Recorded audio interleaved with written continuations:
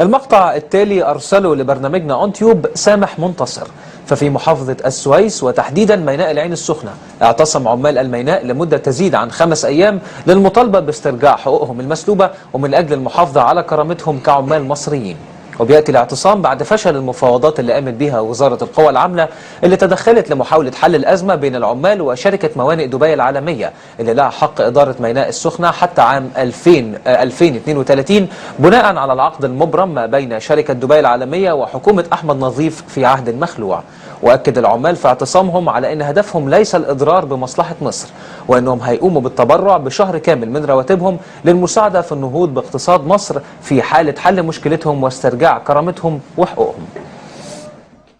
ما وصلش مسألة فلوس، احنا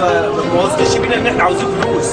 احنا المسألة وصلت لكرامة دلوقتي، احنا بندور على كرامتنا مش بندور على فلوس، بس ده اللي احنا عاوزينه، اهم حاجة الكرامة اللي عامل المصري، الكرامة احنا في بلدنا يا جدعان، احنا في بلدنا. لجأنا لجهات كتيرة جدا، اضطرونا للاعتصام، اضطرونا للاضراب، احنا اعتصمنا 3 ايام، محدش اتفاوض معانا، طول ال3 ايام محدش اتفاوض معانا، بعد ما خلصنا 3 ايام مع اول يوم اضراب بدأ التفاوض بشكل ما كملش 10% من مطالبنا الاصليه، فدوت احنا بنناشد بيه كل الناس. ميناء السخنه مش مضربه عشان تضرب اقتصاد مصر، المينا مش مضربه عشان تضرب اقتصاد مصر، احنا دلوقتي من الناس، من جوه الناس، بدأنا دلوقتي ناس من جواها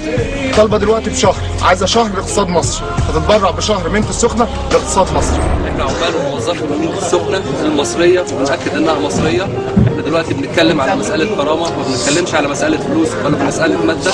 وان دبي عندها استعداد تخسر قد تحقيق مطالبنا 10 اضعاف المبالغ اللي احنا طالبينها، ومع ذلك بتصر انها تقفل المينا وانها تخسر اقتصاد مصر، لكن احنا اللي بنرفض، احنا اللي بنقبع عشان خاطر نرفع كرامه المصري وكرامه الجمهوريه مصر العربيه.